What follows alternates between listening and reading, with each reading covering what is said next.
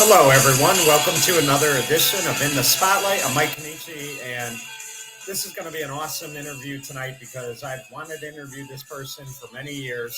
If you watched her career, you've seen her in a lot of things, and one of my favorites was when she was on the long-running sitcom Coach from 1988 till 1996. I mean, she has just done it all in her career. We're going to talk all about that. And she also shares the same birthday with me, which has got to be a first for me having a guest with the same birthday. So it is my honor to introduce to you the one and only Clare Carey. And Clare, it's a real honor for me. Thank you so much for coming on.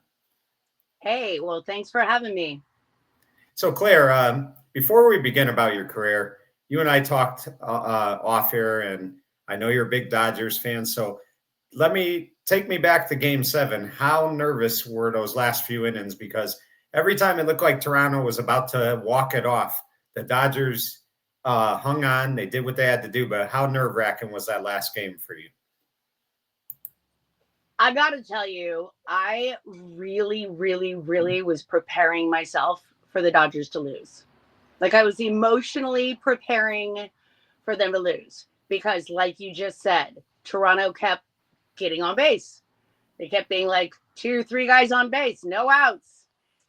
And the fact that they weren't able to close those last situations, that they weren't able to capitalize on those runners, was obviously a testament to the Dodgers defense. But it was like, I just couldn't believe it because it was all coming together all at the right time. And and then so I was watching the game with some people who are not as big of fans as me. They're friends. Actually, a couple of them are Mets fans, and they confessed to me halfway through the game that they were really rooting for the Jays. And so we had a little fun competition going on. But so I was kind of on my own as far as like full on Dodger love. So when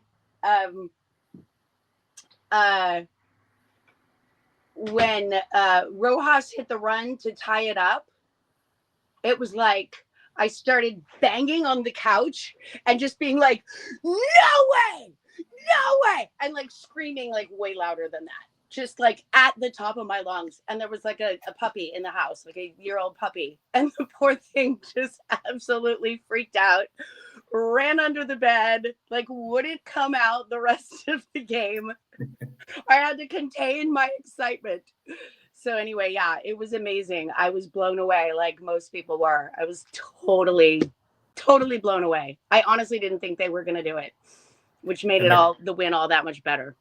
And I was just going to bring up Rojas because I thought about him the most because after hitting that home run to tie it, had the Blue Jays won the next inning and then the extra innings, his home run gets forgotten. So you feel happy for him because it's a moment that he'll have forever. And he was a journeyman player. So for him to have that moment, because guess what? He doesn't hit that home run, we're not even talking about extra innings. Exactly. Well, and then if he didn't make that play, if he didn't make that perfect throw to Will Smith there at the plate to make sure, get that out, we also wouldn't be here talking about it. So yeah, no, Rojas was the biggest surprise. And I love it because he's a veteran. He's one of the older guys. And what he apparently really is someone who goes out of his way to create team unity. He reaches out to the other players. He pumps people up.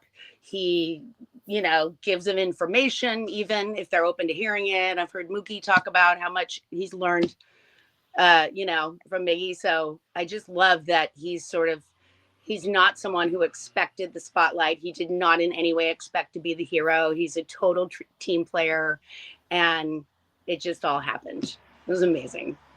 Yeah, well, congratulations. Hard to believe another baseball season is finished, but congratulations again. So, Clare, the one question I ask a lot of my guests is basically, when did the love for acting begin for you? And I know, obviously, you trained under Joanne Baron, and we'll get into that. But did you have a love for it when you were a young child? I mean, how did it grow for you? It started as a very little kid. I was at a Montessori school that encouraged all sorts of creativity and out of the box learning. So we had a a teacher who would come periodically and sort of take us out of classes for the day and put on a play. And his name's Eric Lehman, and he was just amazing, or he's still alive, yay. Influenced a lot of kids in town, did a lot of theater with them. So that was where I started. I think I was like 6 or 7. So then I just did theater all throughout the rest of my time as a kid, always in a play, either outside of school or in school. So it wasn't really a surprise to anyone that I went into it. I mean, anyone that knew me, really. I think people were surprised that I did so well early on because I didn't really have any connections or anything. But yeah, no, I pretty much knew all along that was what I wanted to do. Right. And let me ask you, were there any actors that inspired you as a young kid? Anybody that you would watch on TV and say, I want to be where they are someday? I mean, did that ever happen? I mean, all the time. I would say, Meryl Streep pops to mind, not to say that I could be anything near her, but as far as someone who I always thought their work was just so impeccable. I mean, I could think of so many, except for, of course, I can't think of really anyone else right now, because that's always how it is, right? Your mind goes blank. No, I mean, I have tremendous respect for my fellow actors. I love.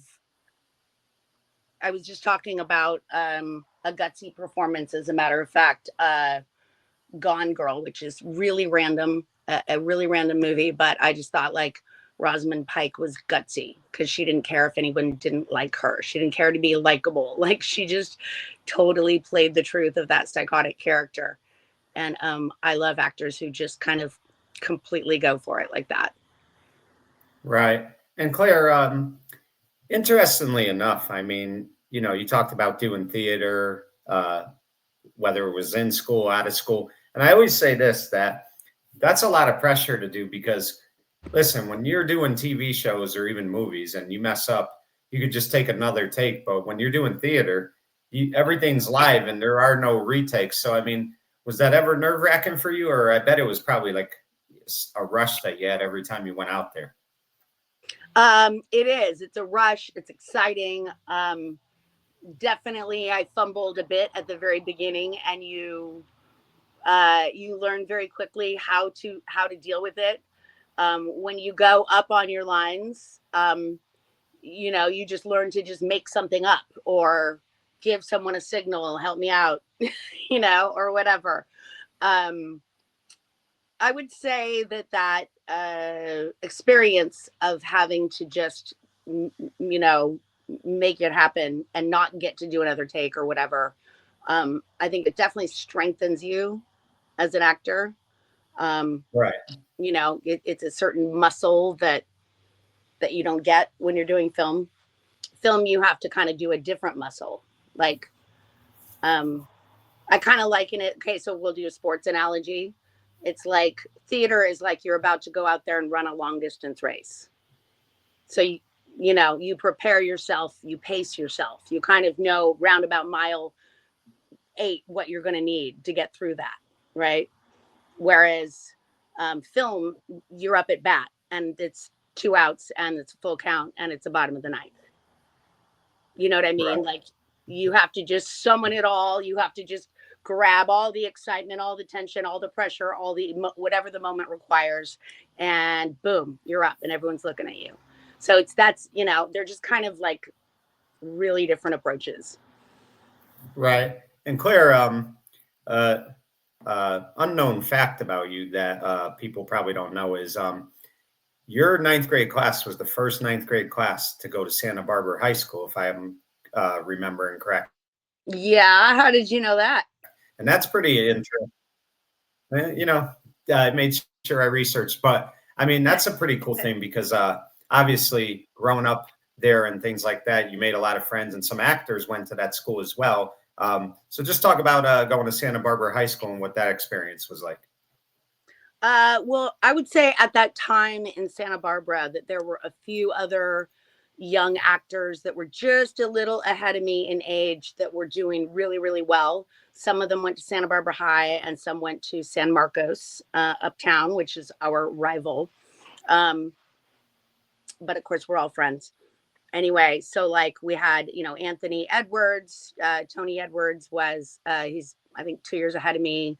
Eric Stoltz, Katie Huffman, Kathleen Wilhoit. I don't know. There's a few. I'm leaving people out, but there was quite a few people who were around and who I had been watching them do theater as they were coming up. I wasn't in any shows with any of them because I just missed it because I'm just a little younger, but I was very aware of them. And so, there was just, I would say that there was a really positive atmosphere for theater for kids at that time in the 70s, 80s in Santa Barbara. I mean, there still is. There's still a lot of opportunity here. I'm living here now.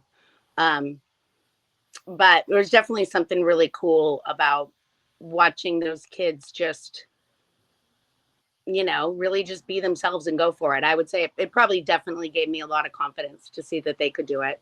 Made me believe that I could too. Right. And Claire, I thought about this as well.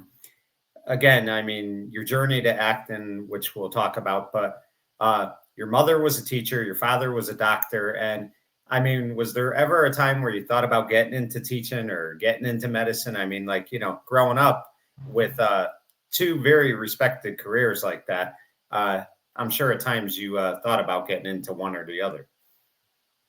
Yeah. I just was so busy and social and already working in high school that my grades went from straight A's in junior high to A's and B's. And then I got my first C one time in my senior year. I was like, what? But so I just wasn't really the full-on committed academic to be the one to go to med school. It just wasn't what was happening. I would say that my parents influenced me in the way that I wanted to be someone who was of service.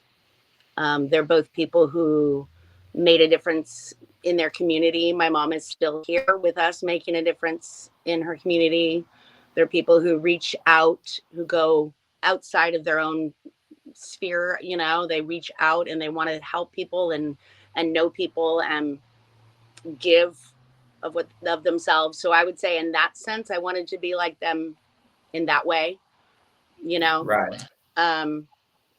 And I also have done some teaching, as a matter of fact. I did teach some acting over the years, which I always really enjoyed, actually a lot. And I have taught gardening, which is super fun. Yes. Yeah. Yes. So I have actually done a little bit of that. And I have tremendous respect for classroom teachers. Oh my God. Talk about people who should get paid more. Wow. I mean, preparing to teach a lesson about earthworms is one thing, but actually teaching people how to read and comprehend and learn things. Right. Just saying shout out to teachers. And you have a whole YouTube channel with the gardening and teaching, correct? I mean, I've seen a few on there, a podcast, something of that effect, correct? Because I have seen a couple of interviews where you're talking about your gardening and things like that. Well, you might have seen something. Actually, someone I know was doing a documentary and he interviewed me for some of that. And it's possible that there was some content created by the company I was working for. Mike, I did not have my shit together enough to make my own podcast. No, that did not happen. I really wish I was organized enough to do that, but no, I just put all my effort on those kiddos and growing the most beautiful garden I could. Yeah. One day when I'm a grown-up, I will have a podcast. Right. Maybe now, you'll Claire, be a guest on my podcast someday. Yeah, that would be awesome. And Claire, you're one of 9 children, correct? So, I mean, a big family. And when you're growing up in a big family like that, I mean, there's I don't want to say there's pressure, but you definitely want to kind of make your own way into the world and things like that. And you went to NYU Film School. I mean, talk about that because, I mean, listen, I love Shakespeare and you did that at the Royal Academy in London. So, I mean, just talk about what that was like because I have to believe, as much as the acting has been rewarding, that experience alone had to be very rewarding. Yeah, well, I guess I just felt like since I had not ended up going to college, I got coached just sort of when I was right out of high school. And like you said, everyone else in my family had been a little more academic. They were all, everyone I knew went to college. So I guess I thought I should pursue some more like educational, opportunities within my field. So I really wanted to be behind the camera and write and direct. And that's, something I'm very interested in. So I just, took a summer course and what's cool is that it was long enough ago that it was pre-digital. So we were still editing and filming on film. Which there's probably kids that are like, well, what does that even mean? What are you talking about? Like literally like film reels, right? That we had to get developed. And then when we're editing the film, we have our hands on it physically and you're removing, 1 or 2 frames on your little flatbed editing machine. So like for me, that was a really, a big thing. And because I'm just so analog. And that was really fun learning how to craft a film where when you're putting it together, the timing of it, like you could lose literally 2 frames of it and that changes everything. So that was pretty cool. I did a short film that I'm actually still pretty proud of. And it took place on a subway car. So we got I don't know even how I did this. I was so just brave or whatever. I figured out a way to film on a subway car that wasn't being used. So we have this really cool movie about a little sort of a grift, little, New York grift that happens on a subway. And it was just really, really gratifying to get a little group of people together who was doing something that they felt empowered by and they believed in. And so that was a great experience. Being in New York City, I mean, I really always thought I would live there forever, and I just never have. But getting to be in New York was what's so crazy fun. And, I just think that telling a story, being the one to come up with a story is more interesting to me than being the one who gets invited to play a part in the story. That's just kind of how I think. I know there's some actors who they never would want to ever write and direct ever. But me, I'm really more like the kind that really does. So I always annoy the directors that I'm working with because I'm always coming up with ideas. Sorry. Not always. Sometimes I'm very good. Sometimes I just do what I'm supposed to do. But anyway. And let me ask you, Claire, I brought it up earlier, but getting to train with somebody like Joanne Baron, that had to be so beneficial to you and so invaluable because, I mean, it's not going to get any better than that. So talk about what that was like. Well, it created, I would say that Joanne Baron ran her class with a sort of a what's the word I want to use? She was pretty intense. And you really had to do your work if you didn't want to get embarrassed or shamed or, like in trouble, as it were. So I will say that wasn't the greatest motivator, but it did motivate me to work really hard. And so what I found out there was that if I actually would do the homework, would do the work, don't just think about it, but like actually do the work, the preparation, the rehearsal, that then I could really, really deliver something. Then like it was the first time where I really flexed my muscle of, really heavily, deeply preparing for something and having it pay off. So I think that I really grew as an actor in that class. Um, there was a few really great people. Robin Wright was actually in my class at one point, and then she left to go do Princess Bride, and she Right. never came back to class, of course. um, but yeah, I mean, the thing about class that I think young actors, maybe do or don't know, but is that it's just like a gym, right? You go and you work out the muscle. And if you don't have a regular workout when you're young, you may get lucky and you may get booked on a role that really suits you, or, has a great director that helps you.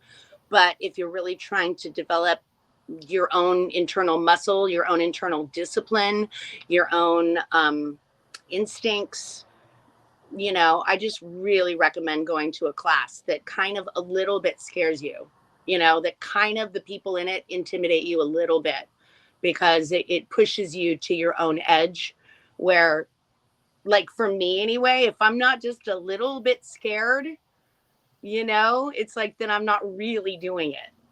If it's too Right. easy and there's no fear at all, like, go home. So it's a good way to kind of challenge yourself. Right. I think about listen, around 1987 you did a couple of things, Zombie High, I can remember. Oh my But I God. really believe in 88, two things that stand out to me. One, your character is Gemma on Waxwork, and then you guest starred on, I think, Mr. Belvedere, and I think your name was Denise or Diane. I forget the name, but Oh I my think God. those two things really opened the door for what would come a year later. But just talk about when you first got these roles. I mean, like anything else, you have to take advantage of the opportunities, even if they may seem small, like Mr. Belvedere was a one-shot deal. But those type of things really kind of open the door for so many other opportunities. Yeah. I think that just, I just said yes. I was really not, I didn't really feel like I had the place to be, like, say no to anything. So if I got the opportunity to work on something, I did it. Um, I guess I could have been more strategic, but I wasn't. I just said yes. And I think that my agents would use things to, they use those things to talk about you to people. So if you work on something that is interesting to people, or they recognize, it's something for the agents to talk about. Um, I mean, I kind of, when I was young, I didn't really think that way at all. I was really thinking about the craft, about the art.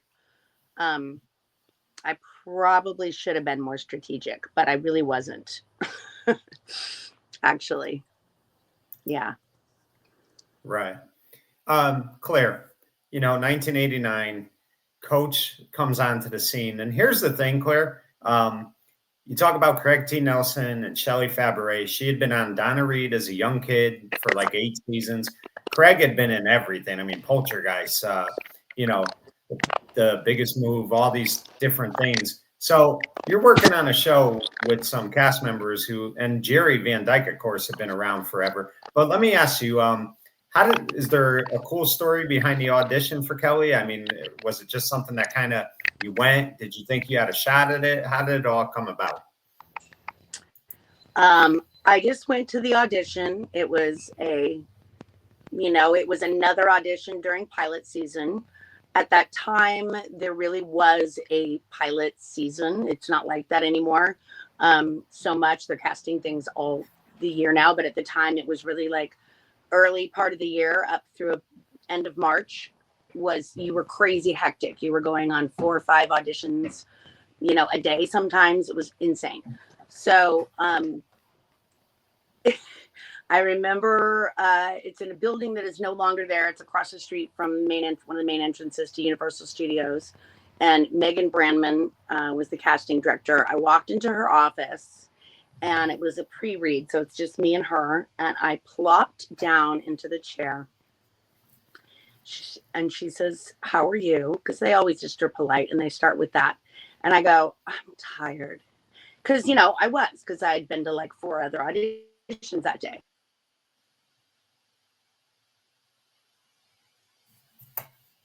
Right. I think she froze a little bit. See if we could get her back up, but I think she did freeze. Technology sometimes, folks, it just happens this way. But of course, we have Clare Carey on, and I'm hoping we get her back up. Her It froze out of nowhere. I mean, everything seemed to be going okay, and then it kind of just uh, froze. So hopefully we get her back up, because I was really enjoying this, and she was just starting to tell you about her audition as Kelly Fox on Coach. Coach lasted 8 seasons, and or not 8 seasons, 9 seasons. Claire did 7 of those 9 seasons, and really she was the focal point, her and Craig T. Nelson, because it was really about him being a college coach, but also reuniting with his daughter. So I hope we get Claire back on. I'm sure she'll reboot it and she'll get back on. But as you can see, she's just a tremendous person as well as an actress, and she's done a lot of great things in her career, and we're going to talk about them all. I am confident she's going to get back on. Sometimes technology, like I said, it could just be so darn frustrating. Everything could be going good, and that's always my fear when I do an interview, is that somebody's feed is going to freeze, and you hope it doesn't happen, but sometimes it does. It's the unfortunate thing of technology. You just can't predict it. You really can't. But she did, like I said, she went to NYU Film School, which is really a lot of people do. They, you hear about so many successful actors who came out of that school. So you have to really admire that. Acting doesn't just happen by accident. If you're a child star, I know there's like opportunities there, but when you're really trying to be an actor as an adult, you really have to do different things. You have to do commercials sometimes. You do theater. You do anything that you can to kind of get your foot in the door. And then you always read about it. Little things turn into big things eventually. And that's kind of what happened with Claire. She's going to talk about it more. I am hopeful that she's going to get back on. Like I said, sometimes with technology, the unfortunate thing is this does happen. And again, I'm confident she'll come back on. You heard her say what a big Dodgers fan she was. And her and I were kind of talking about that. And as a Yankee fan, I don't dislike the Dodgers. I know they beat us, and I think we got her back. Yep, here we go. And she's back with us. So hold on, let me get her back in. She's back with us. So Hi. glad you're back. Sometimes that happens, Claire. So don't even feel bad about it. Yeah, my phone ran out of battery. I had that thought a few minutes before. I was like, uh-oh, you know what? I think I'm low on battery. Anyway. Yeah. Okay. So you were talking about the audition and, shooting the pilot. Oh, yeah. So I was a little bit like, I'm tired. And she just looks at me and she just goes, shut up. You're perfect for this. Now read the scene. And I will just be forever grateful to her because, someone else might have gone, really? You're tired? Then get the hell out of my office. Like, do you know what I mean? It was like, what a little punk I was. So anyway, of course, she called me back, and I showed up to the next audition and the next 7 after that, not tired.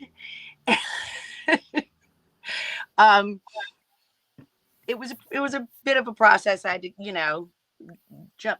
read many, many times. Anyway, eventually they cast me, and we go to a lunch, and Craig is there. And, he's super nice, super warm. He's a big old bear. And of course, Shelley is as sweet as can be and just kind and lovely and amazing. Jerry's just a goofball. He's funny and like he's really just like his character in a lot of ways, very much. So, Yeah.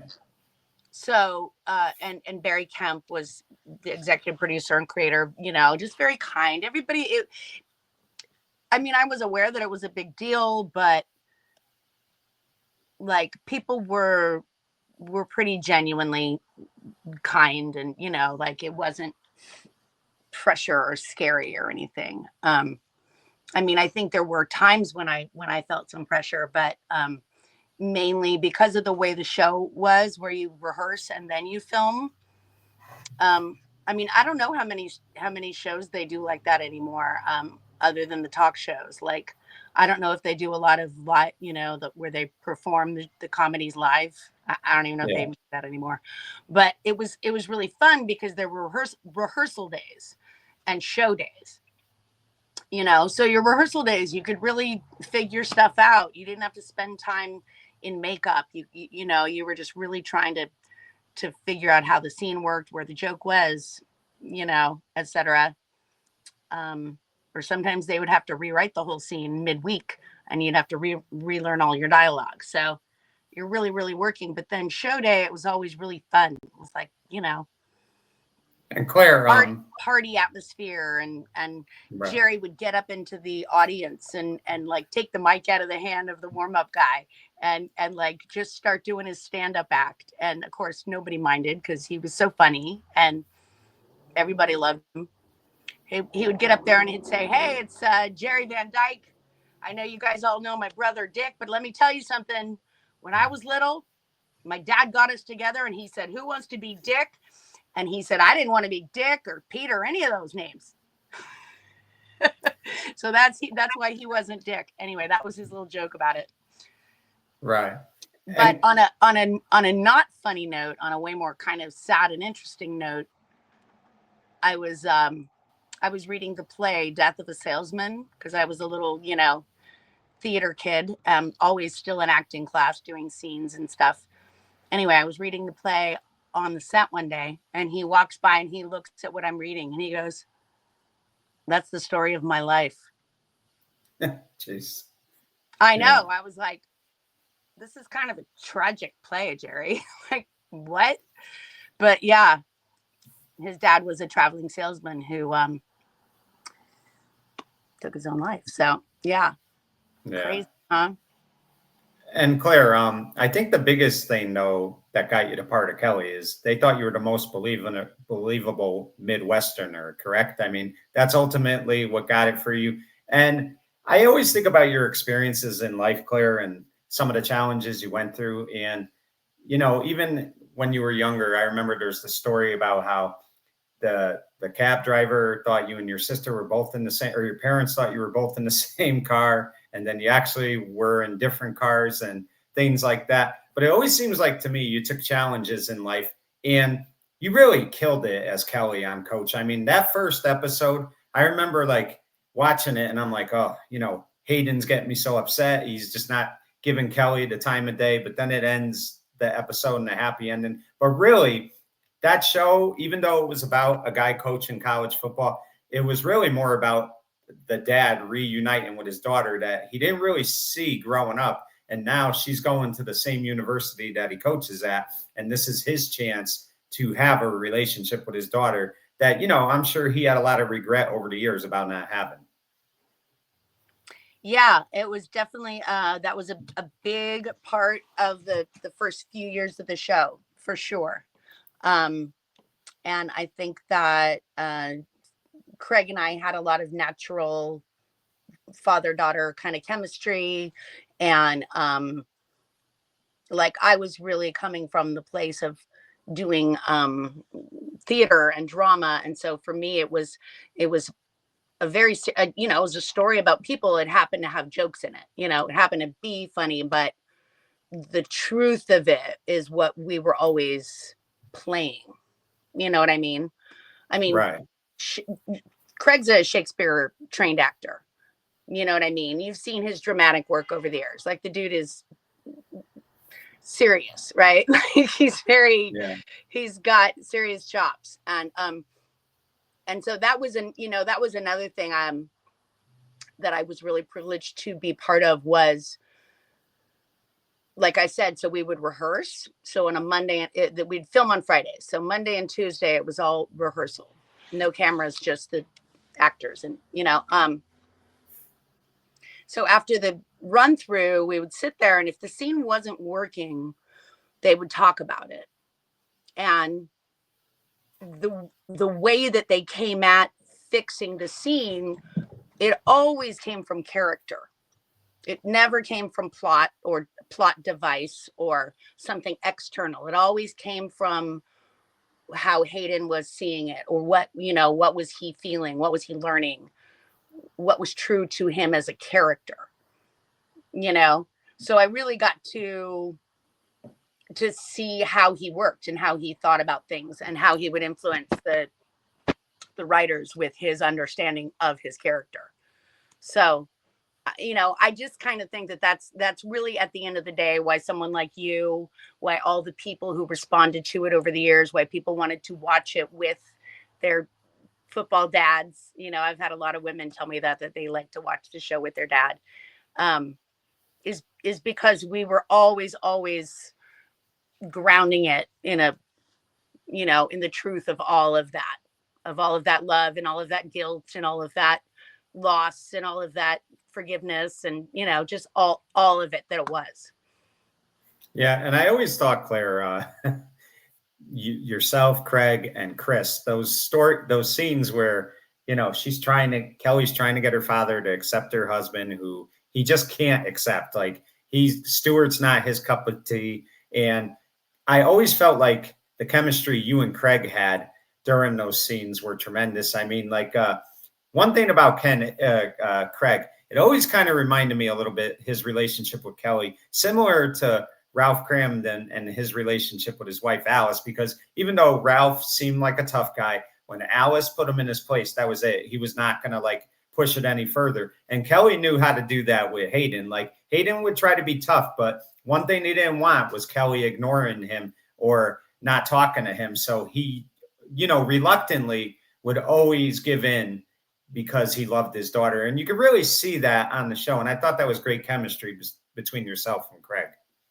Yeah, absolutely. We definitely had like I said, he was a father figure to me on screen and off. He taught me a lot. And, I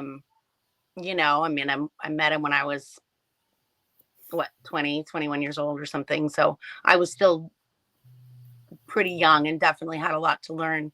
So I think what you saw there was pretty authentic, So yeah, we just lucked out. We just really lucked out. I feel very, very, very blessed to have been a part of that. Right. And Claire, you got to play some emotional scenes as well. And I think of season 4, the first episode where Stuart decides that, he became this big Beaver star and he meets this girl and he leaves Kelly. And yesterday I was trying to find an episode of Coach I wanted to watch, and I saw that one and I said, I can't watch it because I can't stand to see Kelly so upset when Hayden's coming in celebrating, because you see how sad Kelly is. So I had to skip through it. But the episode I did make sure I watched, and it's one of the best ever, Claire. And I loved the writing and the way they did it, because the entire episode, Kelly, she gets invited to the Rosebrock's, I think it's the grandfather's birthday, something like that. She's skeptical to go, but she felt like she needed to have closure with Stuart. And throughout the whole last 10 minutes, it sounds like she's convinced Stuart that he made a mistake, and you think they're going to get back together. And I remember saying to myself, Kelly, come on, don't do this. And she gives him a big hug and goes, oh, Stuart, I wouldn't take you back if you were the only beaver in the world. And I just thought that was tremendous writing, because Kelly got to get payback. He hurt her. He thought he had her back. Now, he decides to push the other lady to the side that he cheated on her with. And she basically gets that closure and she gets payback as well. And those 2 episodes, especially in season 4, I really thought the emotional side of Kelly, where she's devastated, but then midway through the season, she gets the last laugh. She gets, she's standing tall again. And I really liked how the writers did that. Thank you for refreshing my memory. I had totally forgotten about that. Oh my gosh. Yeah, that was fun. Chris Cam is a very, very sweet guy. We had a lot of fun working together. He was really, he was totally just fine being the butt of all of those jokes. Like, was it the writer's idea? Was it the writer's decision to kind of cut him out, or did he decide to leave the show? Because it just seemed like that happened very premature. I don't think he was that happy, but you know what? You really would have to ask him, because I would not want to speak for him. Right. I do know that eventually I was not happy, and I ended up asking to leave the show eventually. Right. And that was fine, because they were kind of taking the show in another direction at that time anyway. And I was going to bring that up too, Claire, because that is my favorite all-time episode, and it's bittersweet because I did not want Kelly to leave, but her and her father had come such a long way. And when he's saying goodbye to her, Hayden saying goodbye to her, and they're sitting outside on the porch on the hammock, and he just basically tells her, and it ends, and I love how it ends. He just tells her, "I love you so much, Kelly." And it just, if you're a viewer who's followed that show, it's just great TV, and it's one of the greatest emotional scenes of that series, which I feel like today now comedy is just comedy and they don't add any drama to it anymore, which is kind of unfortunate. But that scene when you say goodbye to when Kelly says goodbye to her father, I thought that was the greatest scene in the history of that series. Well, thank you.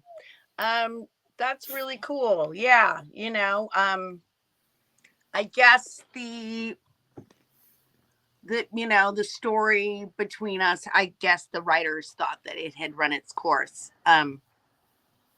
And I was kind of needing to move on and do other things. But I do agree. It was very, very sweet. I honestly don't really watch a whole lot of TV anymore. I hate to say that. I do try to catch up on stuff. I mean, I will say, like, wait, here's one random show I was watching that did have a bit of an emotional core, and this is going to sound so random. The show about the guy who's an alien, and it takes place in Alaska. Resident Alien, that's what it's called. Mm-hmm. Have you seen it? Yes, yeah. Because I mean, that's not a sitcom, of course. That's a one camera or whatever, comedy. But that one has some emotional content to it, and that is one of the reasons I like it. But I would tend to agree with you. I mean, hey, I don't really, God, with AI and factory writing. I mean, let's not go down the road where that's all going. It's very tragic. So I really appreciate you calling me and having me on here and telling me how much these things meant to you, because for me it was a long time ago. I do not remember a lot of the specifics, and so to hear that is something that even still impacts you to this day, it really makes me feel good. Yeah, I mean, I just love the series, but I really like, my favorite part was Hayden and Kelly's relationship. And even when you left the show, though, I thought it was really always cool that you would come back sometimes for some guest spots. Who could forget when Kelly gets together with Dauber briefly? I mean, that was something you didn't see coming. And what a star he's become, just being the voice of Patrick on SpongeBob. But I mean, to me, you are as much a part of that show as anybody. And it really, like I said, it always, in my opinion, the theme of it is Hayden and Kelly, father and daughter. Then it's Christine, his wife, and of course his friends Dauber and Luther, and later on Howard Burley. But I mean, just a tremendous show. And the 7 seasons you were on it, I mean, you were as impactful on that show as anyone. So I mean, it's got to make you proud that you're a part of history like that. It does. It does. Absolutely. Like I said, I'm really grateful for what I got to do. So Yeah. yay. And Claire, one of the things I wanted to bring up to you, I know you only did one movie with her, but you did do a movie with Shannon Doherty called Obsessed. I believe William Devane was also in that movie from Knots Landing. Right. You got to work with Shannon. I mean, and of course, Shannon unfortunately passed away over a year ago, but I mean, you got to work with her, and I mean, what was it like to get to work with somebody who at that time was as hot as any actress was at the time? She really was as big in TV as anybody at that time. Yeah. It was interesting. She was very nice to me, and it was all very professional. I mean, I really had no, no, we didn't have a ton of off-screen contact. It happened to be that was actually during the riots. We were filming down in San Diego, and so it was just sort of a weird, like, time, in general. I also had just gotten a new dog, and I had brought this puppy, like, with me. And that might sound really lame, but she was taking a lot of my attention. Um, I just remember that she was just tiny, like, physically, she was just a teeny tiny person. And I'm kind of tall, and I'm not tiny. Um, and there's this one scene at the end of the movie where, like, she pulls a gun on me. Spoiler. And and this was one of those times when I was kind of, like, probably annoyed the director. But she's crying and shaking, and she weighs like 90 pounds. And I'm like 5 inches taller than her, and, literally twice her size. And I'm like, if this little tiny thing pulled a gun on me, and this is a girl who's like, whatever, it's the climax of the movie, I would just knock this gun out of her hand. I would just, like, knock it out of her hand. Like, I don't believe it for 1 second that I'm, and he had to convince. And then that was one of those times when I had to be like, all right, I'm going to have to make this believable, even though this is not at all believable. And those are those times when you have to kind of really, really pull something out of somewhere. So that's, I just kind of remember, and she's crying and shaking. And I just remember thinking, this girl's so out of control. Like, I would just easily overpower her. But what was supposed to happen, of course, is that Daddy, my dad, her boyfriend, her obsession, comes in and he saves the day. That's how it was written, of course. Yeah. But anyway, no, I really feel glad I got to meet her. She was actually probably a lot nicer than people wanted to make her out to be. I think it was probably pretty hard to have all that kind of attention at that time. And I certainly feel bad that she passed away so young. Yeah. Yeah, it was very sad. And yeah. Claire, I think a lot of people would forget this too, but you're actually part of the Home Alone franchise. You were in, I think, number 4. You played Kate McAllister. And listen, I mean, those Home Alone movies were very popular. I mean, did you enjoy doing that? I know it was a little different from the first 2, and 3 and 4 were definitely a lot different, but did you enjoy doing that role? Oh my God. It was so fun. It was so fun. Yeah, totally different cast. We have the same character names, but of course, I think Macaulay Culkin was 30 when we did that. So, Yeah. But it was the same basic character ideas. The story of ours was that we were splitting up, and that the kids, Kevin went to go with Dad and the new rich girlfriend for the holiday. And it was a great cast. French Stewart, Missy Pyle, Eric Avari, Barbara Babcock, Jason Begay, Joanna Going. I mean, just like really, really great cast. And we got to film down in Cape Town, South Africa. because, and I realize it's weird, you're like, why would you go to Cape Town to do something that takes place in Chicago? But it was because the house, the rich girlfriend's house, was supposed to get flooded and completely destroyed. So they built a set there that they could do that to. And economically, it just made more sense.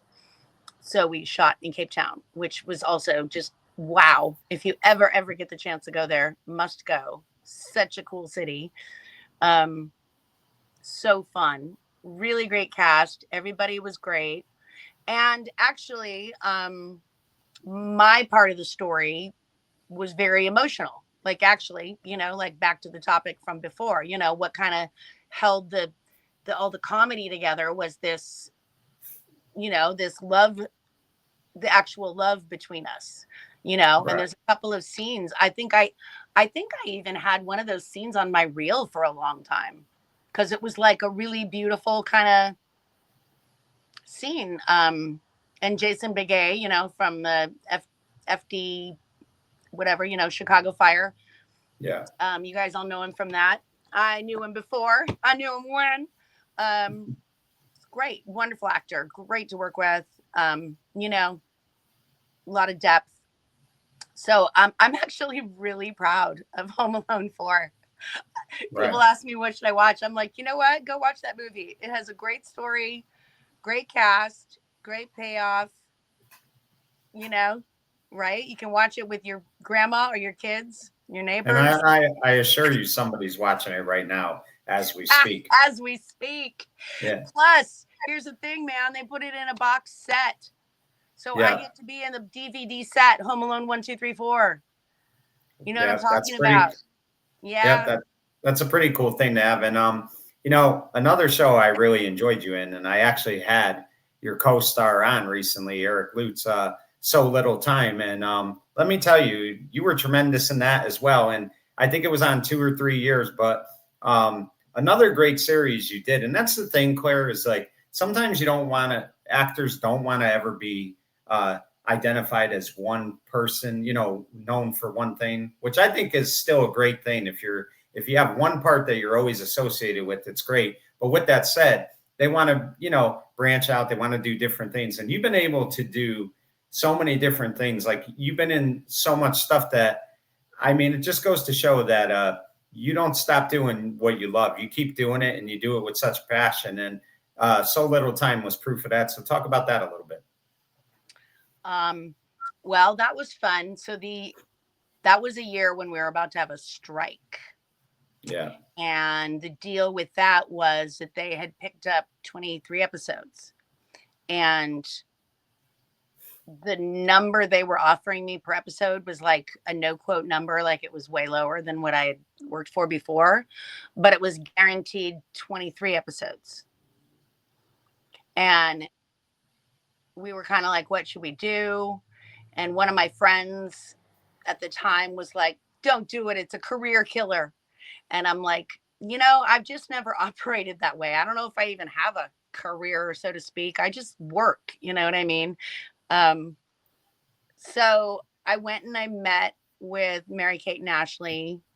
They had basically offered it to me, but we were sort of just meeting to kind of just, chemistry, just kind of like whatever, say hi. And they were just like, they were just 15-year-old girls in t-shirts and jeans and flip-flops and like a hoodie, no makeup, ponytail. Like they were just these like normal girls and they were super sweet. And I was like, I'm a little too young to be playing your mom, you guys, because at the time I think I was like, I hadn't had my own kids yet. I think I was only about 36, 35. Yeah. I don't know. I wasn't really that old to have like kids in high school yet. I was like, I would have had to have had you when I was like 18. And so I was trying to talk them out of it, but they're like, no, we think you want to do this. And so I just finally was like, you know what? I'm not going to look the gift horse in the mouth. 23 episodes is still 23 episodes. And I'm so glad I did.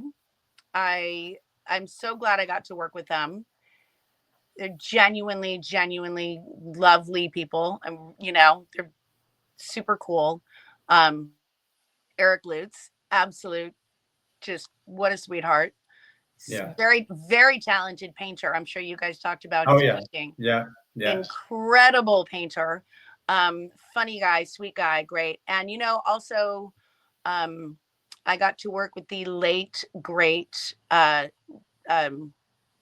my God, this is terrible.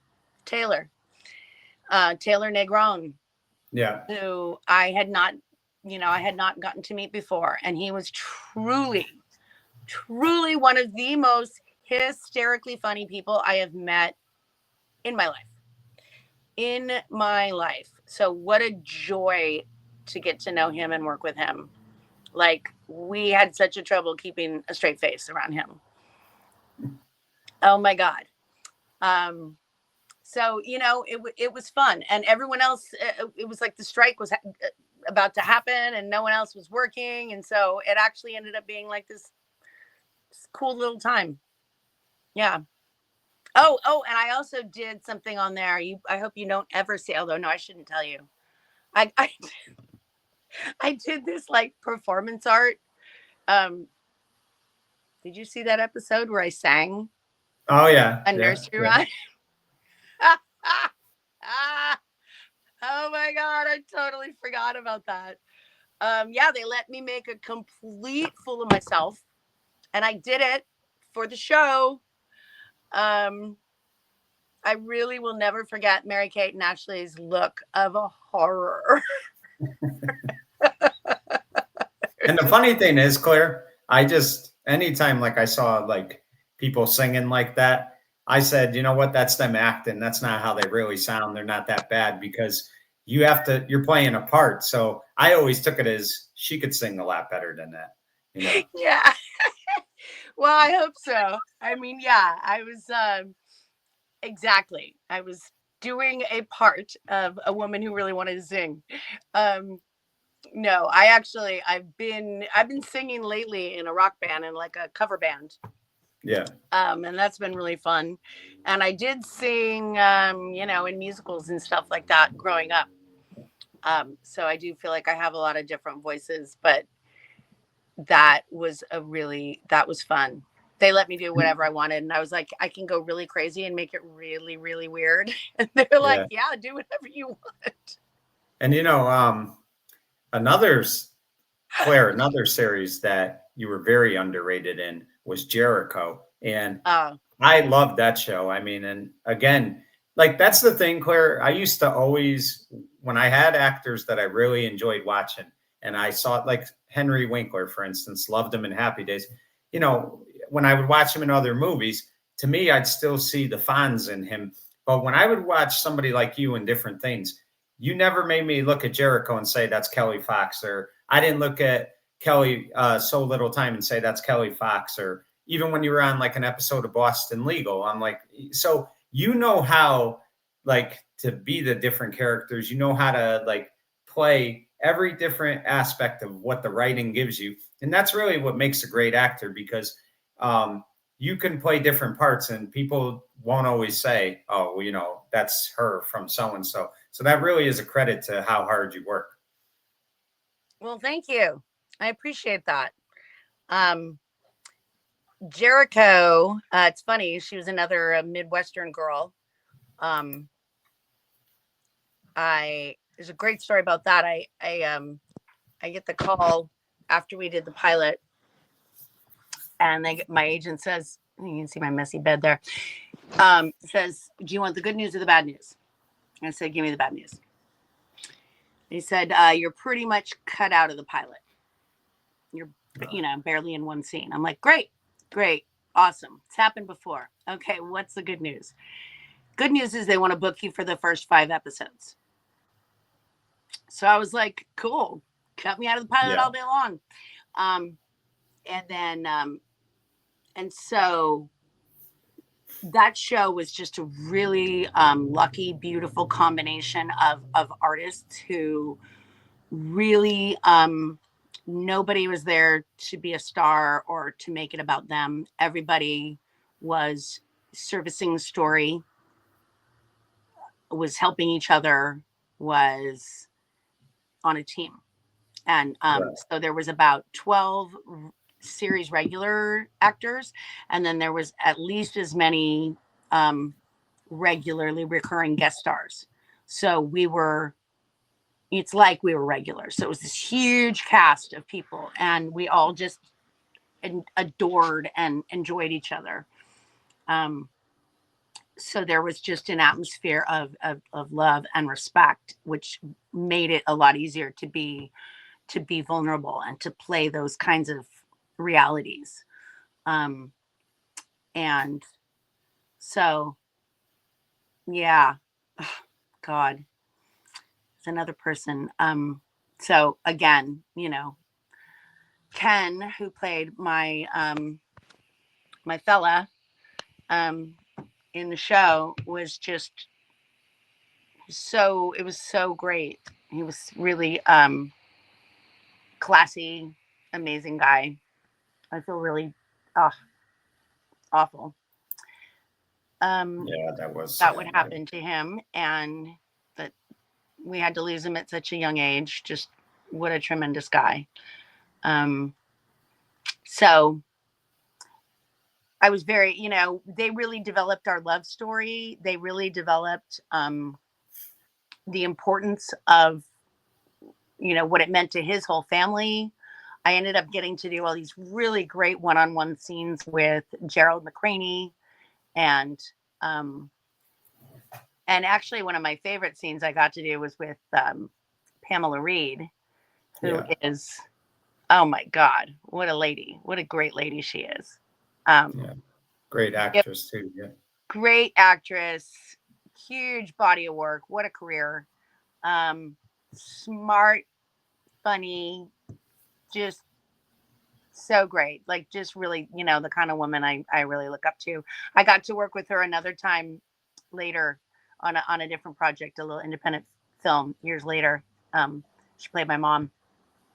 But anyway, it was fun because, she was a tough nut to crack. And we're playing this scene where I guess you might remember it. We're basically,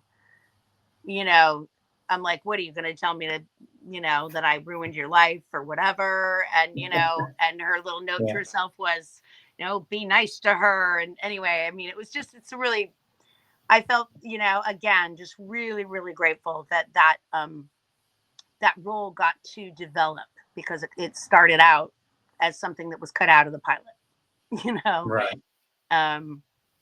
And those writers really, they just really, really responded to they, on the other hand, like Carol, oh God, I'm so bad with last names. This is great.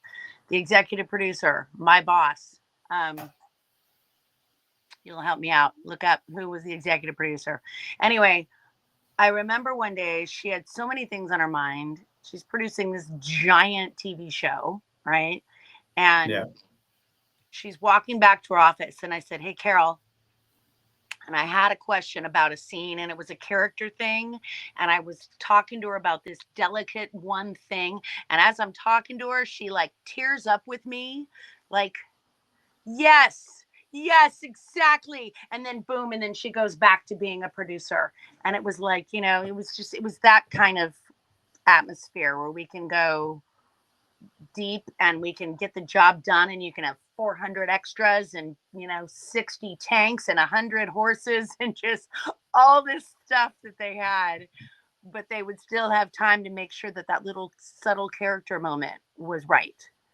And I mean, it really was a great show. And I mean, that's the thing. I don't think I saw you in a bad show, but I mean, do you have one that you prefer over the other, movies, TV? I mean, which one do you like doing more? Or do you like both the same? No, I mean, it really depends. It's really more about the character and the story, and the particular challenges that you get to play with. I did this really fun USC grad film that was super, super challenging role. I was a woman who was a religious I think it's Carol Barbie. Is that who we're Carol talking Barbie, Freaking Yes. A. Oh my God, Carol, please forgive me. Jesus, Yeah. yes. Carol Barbie. Oh my God, another really great lady. Anyway, so yeah, I was doing a USC student film, a grad film. So, they had a crew that knew what they were doing and they were very professional, even though it was low budget. But I was playing a mother of a kid who was trying to leave town, and he was coming out, and I was dying of cancer. So it was all very intense and very heavy. And I had to have like this scene where I was like losing my hair in the bathtub. Like we had these like, I have these crazy pictures of me with these bald caps on and dark circles under my eyes. Um, and I had to play someone who was very full of religious judgment, who was very not like me. Like I'm not like that at all. And so that's always really a challenge to how to find that. Um, but the young guy played my son, a young actor named Corey Fogelmanis, and he's gone on to do some really great stuff. Super talented kid. Um, I just like I just got to play some really beautiful moments with him, and that's probably something no one will ever see. You know what I mean? It was Right. really great experience. But as far as things people can go see, Jericho is definitely high on my list of recommends as far as if they're going to watch me in something. If they have kids, Home Alone 4, as I said. Um, I mean, I did an episode of Weeds that is funny Yes. and freaking off the chain. Um, if you're my relative, you don't want to go see it because that will just embarrass you. Um, I just did an episode of something. I'm not really supposed to talk about it, but I just did an episode of The Pit. That Oh, was really nice. cool. So that's coming out next year. It'll be season 2 of The Pit. And so I think the thing about, I just want to touch a little bit on what you said before, which I take as a really nice compliment that you don't like recognize me in the other roles and stuff. Because it's not like I really look that different. Right. But I think, back to that idea of really actually having a craft, you know, the reason why it may seem different is because you really actually are trying to come from the organic place that character is coming from, those circumstances, that particular life, you know, those particular things that influence that person. And so sometimes you take on an accent or a body, behavior, or sometimes it has more to do with what it is you want and how you go about getting it. Sometimes there's a belief, like I said, like a religious belief or something that also creates a color. But the interesting thing is that even with all of that, when you're talking, you still have to feel like true. You know what I mean? Does that make sense? You still have to Yeah. feel like that thing you're saying is really honest, and so it's definitely a magic trick. And as far as acting teachers, really my great acting teacher was Harry Mastrogeorge. And he has passed on. He just passed away recently. But his thing was it was all about the work. It was like you can't fake it. You can't pretend. You have to actually do the work so that then when you're there on the day, you're not thinking about it. You're just trying to communicate, whatever it is you're communicating in the scene. Right. So anyway, that's kind of that's kind of my philosophy. That's how I approach things. I feel lucky that I still have people that believe in me, that still getting me out there. I am working on getting my script written, And one of these days I will call you and I'll say, hey, you want to see my new movie that I wrote and directed? Oh, that'd be great. Yeah. Yeah, that's the next big thing. Right. So, Claire, let me ask you before we go, what would you say? I don't know if using rewarding is the right word, but what has been most probably gratifying about your career if you had to pick one thing? This interview. Oh, well, thank you. That's very nice. No, honestly, I mean, I don't even know. It's so funny. My day-to-day reality these days is so far away from all of that. Right now I'm living up in Santa Barbara and immersed in some other things. So um it's hard to say, but I think probably, like I said, those feelings that I had when I would be on, well, like, okay, so for Jericho, um when we were finishing the show, it was intense for everybody. We all loved each other so much. The second season was like truncated. um about the whole nuts thing. We don't need to get into that. But basically, we had a shorter season because they didn't have the money to pay for a whole season. So we had a shorter, more intense season.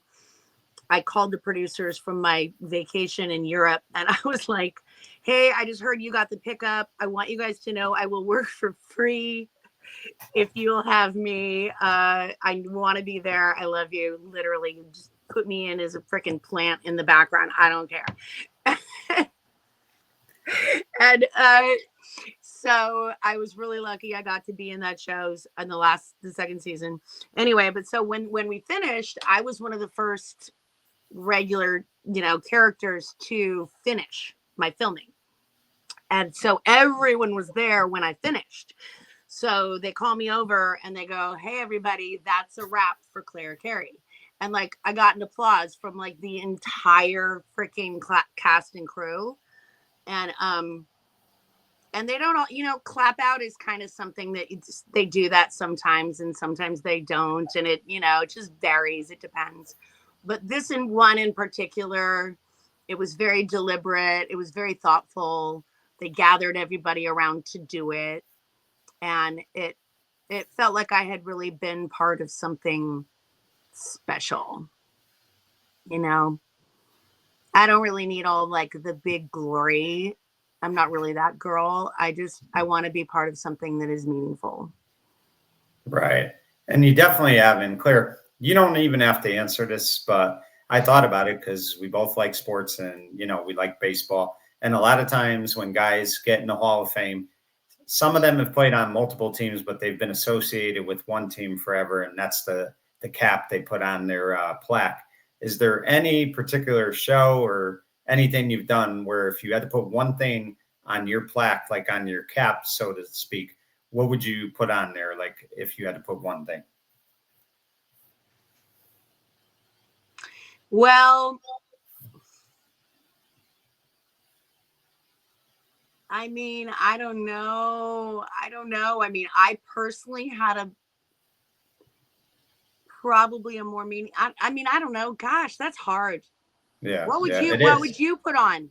I How would would you put put on? I would put coach because to me, like I said, you were a big star of that, and that was a show that was a mid-season replacement, and it went on to do great things. But I would think that it would either be Coach or Jericho. That would be my thing, and then Yeah. probably one or the two, and you could even put both together. But I'd probably lean just a little bit towards Coach. Okay. All right. I think you're probably right. Okay, Yeah. now I'll know what to say next time someone asks me. Thank you. So, Claire, I really do applaud all the work you've done in your career, and I've been a big fan forever. This was a real honor for me. I applaud all the work you do, and like I said, I mean, listen, that scene in Coach where Kelly says goodbye to Hayden is one of the greatest moments in TV history, and it's because of the great acting that you did in that scene, and you did that throughout your career. So congratulations on a wonderful career. And I know the best is still yet to come, but thank you for over 35 years of just, giving me and so many fans so many great, memorable moments. So thank you for that. You bet. It's my pleasure. Well, Thanks you. for having me on your show. I really appreciate it. Thank you for coming on. And folks, there you have it. Listen, you know who she is. She's been an indelible actress her entire career, but an even better person, somebody that takes time to always give back to her fans. She's never forsaked her fans. And I'm just very proud that I got to interview her, but I'm even more proud that I got to watch her career. For In the Spotlight, I'm Mike Kenichi saying good night, everyone.